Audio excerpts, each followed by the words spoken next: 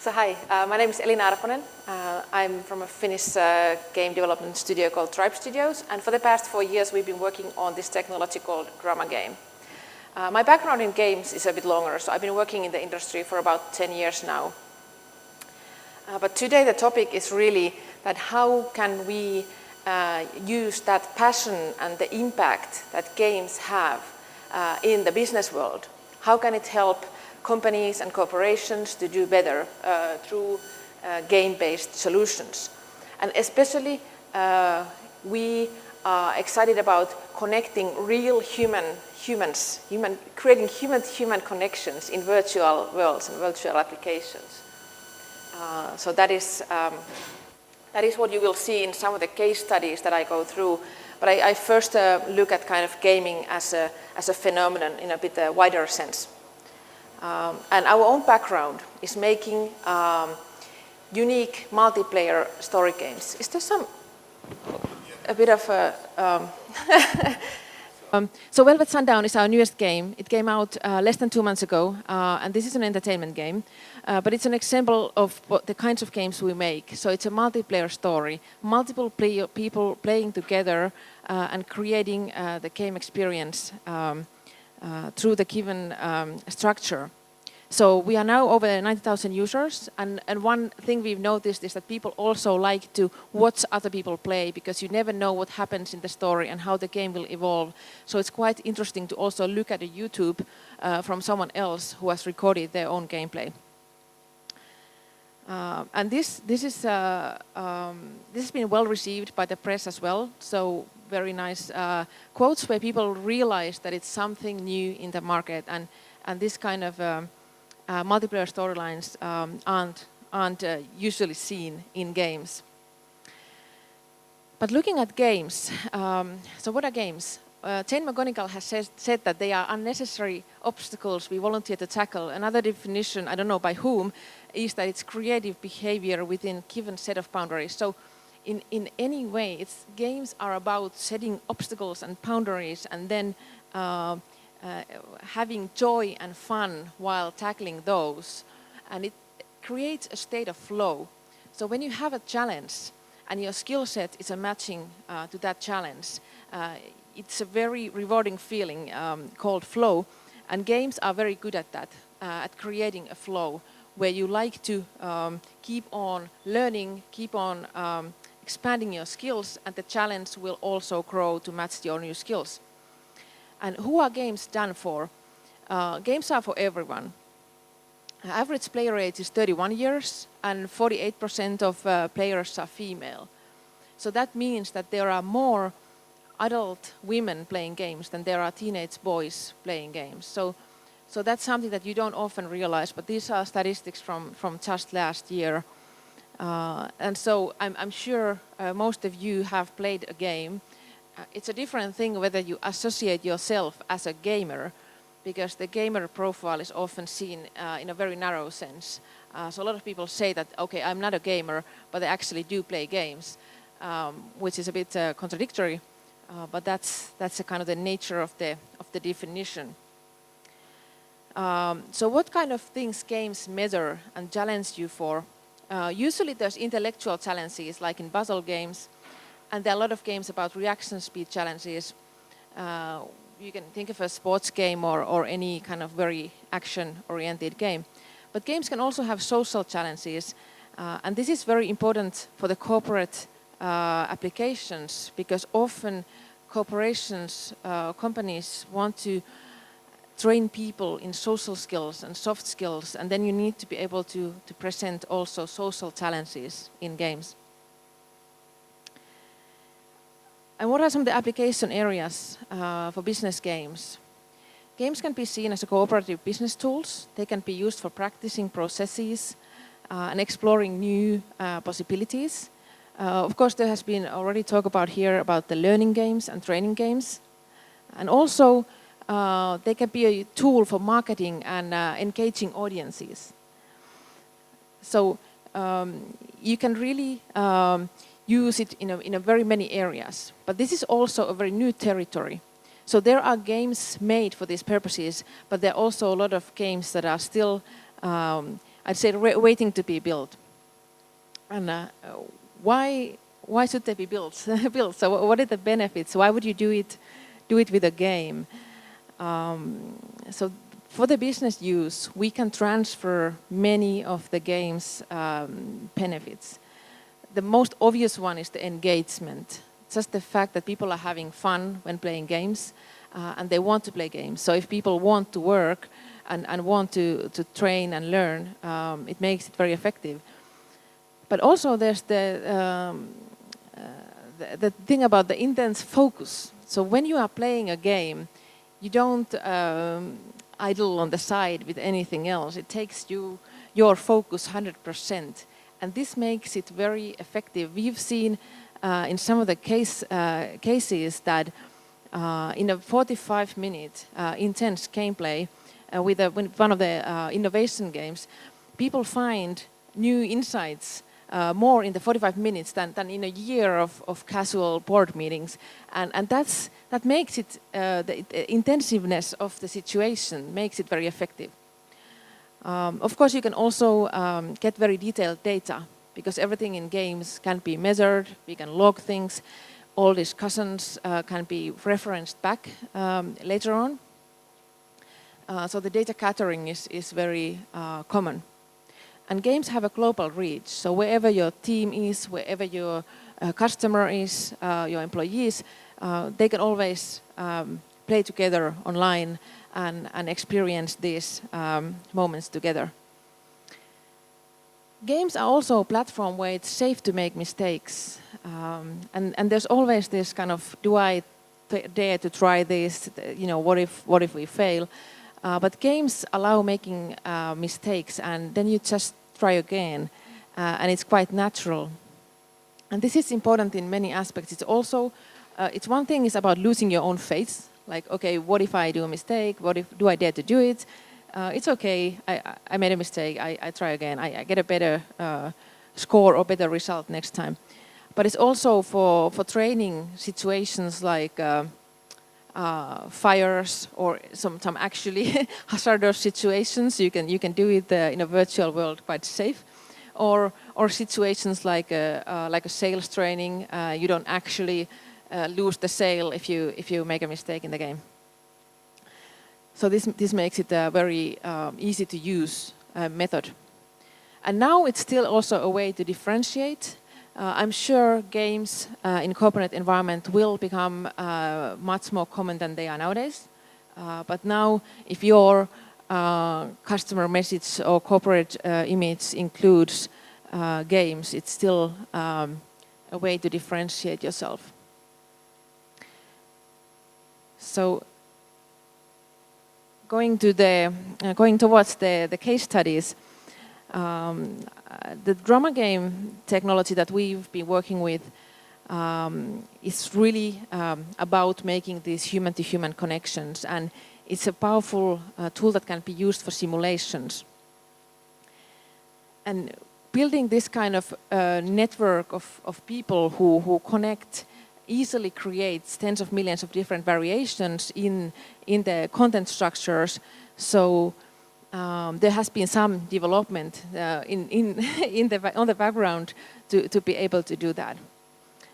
But it can create very interesting results when the main kind of gameplay loop has conversations and player-to-player interactions there as a main gameplay element. Okay, the first example I'm going to show is a lateral gallery. So lateral gallery is an innovation tool where you actually go into a virtual gallery and you go there with your team. It can be your employee, your co-workers, or you can include your customers or whoever you feel is relevant to take part in that session of gameplay. And how does it work? There's a certain process in the game that we've noticed that works the best. So first, you gather up in this kind of virtual lobby area, and you define, in this case, you define a real-life question you want to solve. For example, how do we take this product to the Asian market, or what is our team's vision, or whatever. It can be very practical or more abstract question. And then you enter the gallery with no maximum limit on players. It will just divide it into groups if you have like 100 players. And then in the gallery, you go through the scenario as instructed by the gameplay. So it's not an empty virtual world that just, okay, now go and discuss this question. But it actually gives you instructions on and kind of teaches you how to innovate and how to find new ways to look at the question and the problem. So there is actually, well, AI is also here from ARPONEN, so our partner who has been providing the background on the methodology of the innovation. But it consists of the basic elements of you have a character, and then you can walk around in the space, and you can discuss with other people, and then you have these tasks, and you need to interact with other people. Like here you can see in the screenshot, the game is asking your reaction to something that the other player character initiated. So these are the kind of player-to-player interactions that take the experience forward and kind of make it a shared experience. And this way we can fully utilize the kind of the team's cooperation capabilities. And one notable point with this innovation tool is how it uses the anonymity in the gameplay. Like when I said that it's safe to make mistakes, well, here it's also safe to say what you feel like about the innovation. So even if you are a shy person or you're a bit afraid to raise your voice in the meeting room, here it's easier to make your voice heard. And then after, let's say 45 minutes of an intensive brainstorming, there's a debrief where you can look back at the experience and share the results. And as said, review the game log. So all the nice ideas and thoughts will be logged down, and you can go back to them. And I was mainly referring to this as an innovation tool, but there are also other areas. It's a very versatile game where the idea that you can define the question yourself makes it a very usable tool for many different ideas. And also the kind of the crowd innovation is about letting your customer or your kind of ecosystem in on the game. So if you want to kind of crowdsource ideas on your brand image or something, this would very well work for that. Another game we have co-created with Altogame is Agile Avenue. Agile Avenue is happening in an office environment, as you can see here. And it's all about learning the agile processes, namely mainly about the Scrum process, which is a very commonly used software development process. And the game is simulating one sprint, so one leg of the process. And also here we can find multiple uses, so you can learn the basic ways of how to work in an agile manner. You can use it as a planning tool, and you can practice roles and events, or carry out mental exercises. For example, if there's a new upcoming challenge. So these are some of the use cases for this particular title. Then a very new title, Linda Trainer, which is actually officially only coming out, is about customer service training. So we have many different scenarios where you can train the customer service situation with different types of customers. And here we are also working in cooperation with Muutostaito, who have a long experience in training and coaching this kind customer service work. And here we can also see that it's very, it has those benefits of games, that it's engaging, it's intense, and it can be easily multiplied and easily measured, and it's all kind of in use in this kind of a virtual application.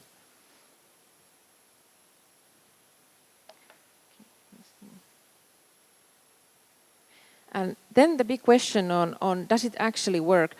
I think today already Sue in the morning very well presented the big challenge in bringing games to the to wider use in companies, is the kind of the request for hard evidence and hard research data on whether the games actually work. So what we can say, the Lateral Gallery has been the longest running game from the ones that we are involved in, and we get a really good feedback. So that's, of course, that's qualitative data. But I could say that if for you the same was true, that if in 45 minutes you innovate more than in managerial meetings in a year, would you like to try that? And would you then believe that it works, if it works for you? So I think, you know, what is needed is the first, okay, let's try it, and then, you know, when you see it working, then maybe you believe. And also it's about the scalability of the product. So if it's less expensive to have a virtual coaching game than flying all your employees and having them sit in the same room and do a daily roadshow, then, you know, that's a very big benefit of trying the gameplay method. And there are solutions already out there, and there are a lot more that can be done in a lot of the areas where I mentioned that games can be used. This kind of a virtual reality gameplay would be very suitable for those areas. And actually, going to the future, next week we have an event talking about all these subjects in a bit more detail. And there's also talkers like Sonja Angesleva, who has been writing the book Level Up Työrutiinit peliksi. So that means the repetitive work to make that into a game. So if you want to hear more, please sign up there. There's still some places left. And we are going to announce a next sales training related title, closing game, there, and tell a bit more about that. And really, if there is some companies here who would like to know more about how can these kind of applications be built, and what does it mean, and what does it take, I think it's more easier. It's easier than what you might think, and we would be very happy to talk about that. We have also a stand right there outside, so where you can see some of the videos running from the games.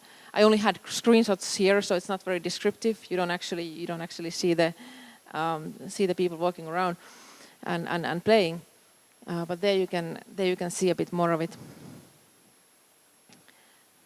And I think I have time for questions even here. So if there's anyone who wants to know more about anything, like how games can be used for business tools, I'd be happy to answer.